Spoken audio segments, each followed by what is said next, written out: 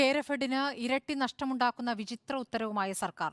പച്ചത്തേങ്ങ സംഭരണത്തിന്റെ ഭാഗമായി നാളികേര വികസന കോർപ്പറേഷൻ നൽകാനുള്ള കൊപ്രയ്ക്ക് പകരം വെളിച്ചെണ്ണ സ്വീകരിക്കാനാണ് ഉത്തരവ്. കേര വെളിച്ചെണ്ണയുടെ ഗുണനിലവാരം കുറയ്ക്കുന്നതും കേരഫെഡിന് അധിക ബാധ്യത വരുത്തുന്നതുമാണ് പുതിയ ഉത്തരവ്.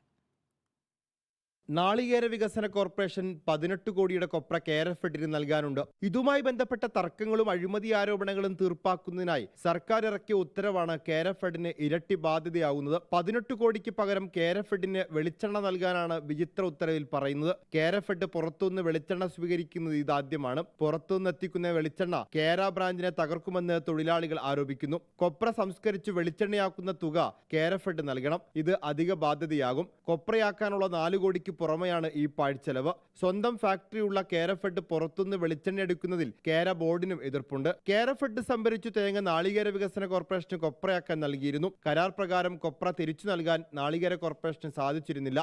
റിപ്പോർട്ടർ, കോഴിക്കോട്.